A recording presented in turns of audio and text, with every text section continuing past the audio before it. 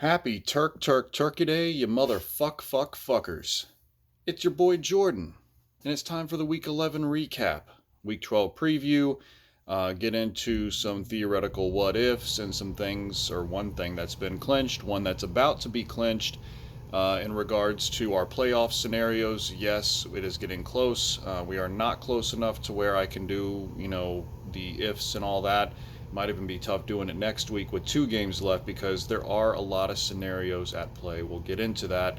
We're going to do things a little bit different when looking at the schedule, which I'll explain in a bit. But first up, let's get into our almost could have been, would have been nice if game of the week. Don't know, normally it's GTOW for the game of the week. I don't know what that is, but Saheed got the win, 120 to 101. Basically, the story of this is Rondale Moore, fuck you. Fuck you, fuck your groin, fuck the groin muscles, fuck the balls, fuck the shaft, fuck the head. I don't know if you're circumcised or not, but fuck the foreskin. God fucking damn it. Like, I really, I needed the win, and I should have gotten it. Made some trades that, I did have more hopes for going forward. Of course, I traded for Rachaad White, who was on bye, so I kind of knew that I wasn't getting, the full force of everything, but I kind of hoped that I'd be able to pull it out versus Saheed, but no. Saheed pulled it out and whacked me with it, god damn it. So yeah, that's the story of it. I think Rondale would have had a good chance. Greg Dortch pretty much was covering his role when he's been out, and he got 20.5 points, so that could have been the game of the week, but it's not, so fuck. Next up, let's just go down the list. Joel, 164 over Sam with 120. Difference here was really at the wide receiver position. 50 to 28 was with the difference there. There were some other differences, but weren't as much. So he gets a convincing 44-point win over Sam. Sam could have used this one, but Joel really needed it more and really put himself in a much better position in doing so. And we'll get to the reasons why in a bit. Next up, Carlos, 127 over Manny, 75, a 52-point win. The difference here is really just Manny's top score was 17. He just got shit from his team. He would have lost to Lewis if he played this week. Carlos' top four was 20, 20, 25, and 12 from his kicker. Would have been enough to beat Manny. Pretty easy win for Carlos. Not much. I wish I would have played Manny this week. But no, I play Manny when he gets the 200-point burger. Next up, Gus. Another impressive win here, 149 to 116, 33 points over the former division leading Jeff. No longer the case. The difference here was at running back. Easily 70 to 18 was the difference. Folks, that's a 52-point difference right there, which more than makes up for that. So that's the difference right there. Just Gus killing it, and he is in prime position to really make a run right here. We'll have to see what happens. He's been coming from behind this entire season, just slowly and stealthily right behind Sam's ass, nipping at his heels, and he's almost overtaken him. We're going to get to those standings in a bit. Last but not least, Alex by 2 points gets the $10 reward, 166 over 102 from Lewis. Lewis actually outscored a decent number of people this time. Hector, myself, Manny. He outscored 3 people, which is abnormal. He's normally the lowest score, and I'm not trying to be funny. It's just the truth. But unfortunately, he ran into the highest score of the week, and that's why luck plays a huge role here. Alex gets the 64-point win. The biggest difference in their scores, besides everywhere, was the flex position. 52 to 19 was the outscore there. So let's go through the seeds, and the way that I'm going to structure this a little bit different. I'm going to go through the top seeds like normal. Then we're going to go through the power rankings. We're going to get into some of the different areas of the power rankings. That we have 4 really distinct levels and separations between groups there. And then I'll go through the standings, and then instead of looking at this week's game, I am going to look at who has the toughest to the easiest strength of schedule going forward the last 3 weeks of the regular season. You'll be surprised. I actually was too, at where the pressure is at and who has the hardest by far and who has the easiest by far. And then there's a bunch of us in the middle. So let's get into it. First up, Number 1 seed is still Sam. And I believe that is correct. I will have to verify now that I think about it, but I believe Sam had beaten Seed before, so yeah, that would hold true because sometimes ESPN fucks our head-to-heads up. But Sam is first, then Zahid, then Alex, Joel, Gus is an 8-3 fifth seed. He is tied with Sam as far as record goes. But Sam has, and I believe they split the season series, if I'm not mistaken. So it goes to points, and Sam has the lead pretty easily there. After Gus, it's Jeff, Manny. Carlos is first team out. Manny was last team in. Even with that bad performance, Manny is still last team in. Kyle is after Carlos, then me, Hector, and bringing up the rear is Lewis. So the power rankings, like I said, there were 4 distinct levels that I could tell when I did the average points.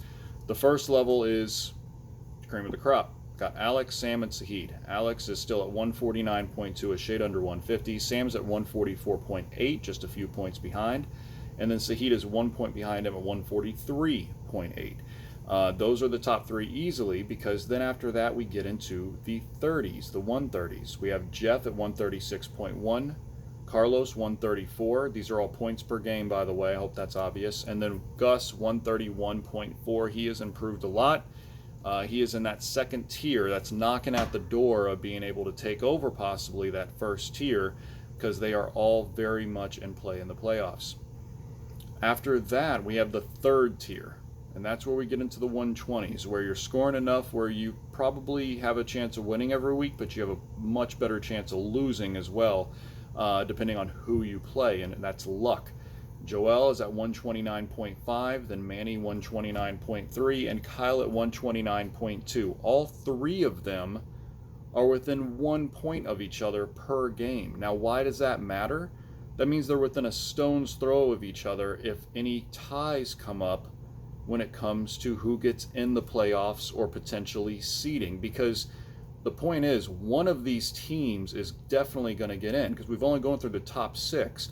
So then the next, it would stand to reason that unless me or Hector possibly surprise and make a run, which again, I doubt. Let's just be honest here. I'm hopeful, but I doubt it. And I'll tell you why I'm hopeful in a little bit. But right now, Joel, Manny, or Kyle, one of those is probably going to get into the playoffs there. And it might come down to who has more points. So throw out what happened in the past so far. Going forward, who's going to score the most points is going to be is going to be very important, okay? Bringing up the rear, I am at 10th, 123.0, then Hector 120, and then Lewis 94.4. Me and Hector still have a shot, but it is fading fast. We pretty much need to run the table and have some right things happen, and I don't even fucking know what those right things are, to be honest with you. I might be out of it for all I know, but I don't think I am. And same with Hector, because the best that either of us can do is 7-7. Same for Kyle, but Kyle has, more points. He's ahead of me by 9 points a game, so I have a lot to make up. That's 9 points per game. That means times 11 games, he's 100 points ahead of me, essentially. So I doubt that I'm going to be making any noise, but I do have a road in front of me where I can end my record as best as possible, then just hope for the best and see what happens, and maybe I make some noise in the fucking, loser bracket, but we'll see. But everybody else is very, very much in play. We have essentially 9 teams vying for 7 playoff spots, 11 if you want to count me and Hector. We are still very much in it. However, the top thing that I took away from this really was how much separation there is in between these tiers. You can really tell who is knocking at the door and possibly going to take that leap to a team that hits a hot streak, and they've been doing well this whole season. They're hit a hot streak, aka Gus, Carlos, Jeff. They're in that second tier. They've been scoring a good amount per game, and they've already made moves to where they have the players to where they could take off, or they might stay put, and it could be more up to luck, because 135 points a game is not enough to win every single week. Now, Alex, Sam, and Zahid, they've been doing well. What can you take away from that? I mean, they're scoring points. That's what you want. However, there's been some injuries. Sam had, the glorious 3 at wide receiver. He's down to 2. And Justin Jefferson did not do very well. He's been on a little bit of a losing streak in a way, if you consider that. Alex, despite his scoring, is still 6-5. So you have to take all of this with a grain of salt as to what has happened so far, and you're trying to project what might happen from there. All right. So taking that into mind, let's take a look at our standings. Super Bowl Champion League, like I said, Sam and Gus are tied 8-3. Then Manny is at 6-5. He's 2 games behind. All right. NFL, my league with Alec, or my division with Alex and Kyle. Alex is top 6-5. Kyle has now edged me out to second, 4-7, and I am bringing up the rear at 4-7, tied with him. XFL, this is interesting now. Sahid has clinched his division since he has won against me, and Hector lost. The best that Hector can do is 7-7. Worst that Sahid can do is 8-5. I'm sorry, 8-6. Therefore, obviously, he won. Congrats, Sahid. You have gone from worst to first, at least worst to first in your division and first to clinch your division. That's definitely notable because everybody knows what you went through last year. Made some shrewd moves this year and definitely won some games that you probably didn't even expect that you would win, like this past week. But congrats to you, good sir. You have clinched the division and you are the first to do so. Alex could be next. Alex is right now 2 games ahead in the division, and if he wins, it's going to be virtually impossible to catch him, because even if he wins and he's 7-5, and let's say that Kyle and I both win out and we go 7-7, and he ends up losing out and going 7-7, Alex is so far ahead in points per game that he has such a good cushion, because Kyle is 9th, he's 1st. And I am 10th, so we're not going to catch him. He wins one more game, and he has pretty much won the division. Virtually, it wouldn't be a lock, but it would be realistically impossible to overtake him at that point. So he's 1 game away. The others are way too close to call. Joel and Jeff tied at 6-5. Carlos 1 game behind at 5-6. So week 12 is going to be huge. They could all even out. So we'll see what happens. No more division games, but there is that extra game that gets thrown in there that we didn't have before last year. All right. So I'm going to go through who has the I'm going to go through from the hardest schedule to the easiest schedule. Okay. And there's a lot of ties in the middle, but this one was surprising to me. And you can't have a worse schedule than this. Carlos, you are fucked, buddy. You are you have the hardest schedule by far. You play the top 3 teams, top 3 in the power rankings to close out the year. Their combined record is 24-9. So you play Gus, Sam, and Sahid. All right. Good luck. Second is Alex, and it's a pretty distant second, but it's a pretty far away from third second. So he's comfortably there, 20-13. He plays Sahid this week, then Hector, and then Gus. All right, so 2 against the top teams. He's the other top team, so he can't play himself. All right.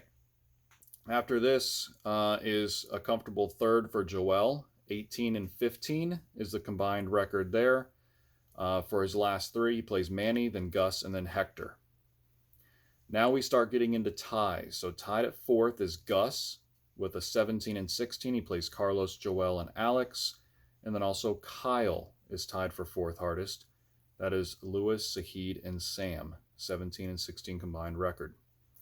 Tied for 5th, we have, let me find it here, Manny plays Joel, Jeff, and then me. 16-17. We get into who has losing combined records that they're playing. So we get into the bottom half here. Manny at 5th, 16-17. And then also Hector, who plays me this week, and then Alex and Joel. Next, tied at 6th is Jeff. He plays Sam, but then Manny and Lewis. And then he is tied with 2 others. Sam has a pretty easy, the 3rd easiest record to play. He plays Jeff, Carlos, and Kyle, 15-18 combined. And then Sahid is tied there too. Alex, Kyle, and Carlos. So 1 hard game pretty much for each of them. And then they're pretty much playing for seeding.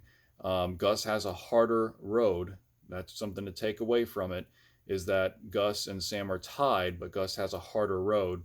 Not by far, but at least a decently harder road than Sam or Saheed do, because Gus is trying to get that top seed if he can. He might not be tops in scoring, but he doesn't give a fuck. The record matters, right? Next up, seventh, a distant seventh. Lewis gets to waste his second easiest record by trying to play spoiler. He plays Kyle, then me and Jeff, and he could very much spoil. He could spoil any chance that Kyle has of the playoffs this week. Then if I win this week, if I do, he could spoil any chance that I have.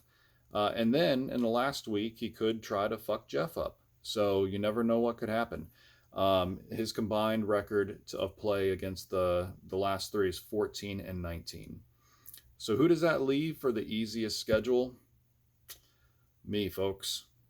By far. Almost as easy as Carlos's is hard. And that actually frightens me to fucking death because, oh man, you would want that, and I do. But at the same time, the pressure's on me. I'm supposed to win these games. I was supposed to win this last game against Saeed. But I play Hector this week, then I play Lewis, then I play Manny. And the thing is, I don't care what that says. The record is bad, but Manny is always playing me tough. But then Lewis is 1-10. You never know if he could sneak one. I could easily go in through Hector. He always plays me tough as well. So 11 and 22 is my combined record. So that's like a .33. So that's a .33 winning percentage. That's only good in baseball. So and not as a winning percentage either, but as a batting average. So hopefully I get to 7-7. I know Hector, Lewis, and Manny don't give a fuck, and they're hoping that I don't. They'll be doing everything in their power to prevent that. But nonetheless, I wish all of you luck. We got a rough 3 weeks ahead of us to try to figure out who's going to have a realistic shot at a championship in year 13 of our league. It'll be a lucky year 13 for one person. 13's always been my lucky number growing up, but it doesn't look like it'll be that way for me. So who's that going to be? We got Sam, Saheed, Alex. They are absolutely killing it this year, but we have some real good challengers. Jeff, Carlos, Gus, Joel, they're in the mix. Don't forget Manny. He is absolutely holding his end of the deal, only 2 games behind in the toughest division that we have right now, with 2 teams at 8-3 in that division. So we'll see what happens. Enjoy, be safe. Don't fuck each other up too bad on the football field tomorrow. Happy Thanksgiving to you and your families, and enjoy some football. Don't forget to set your lineups. Peace, punch, cap, and crunch, bitches.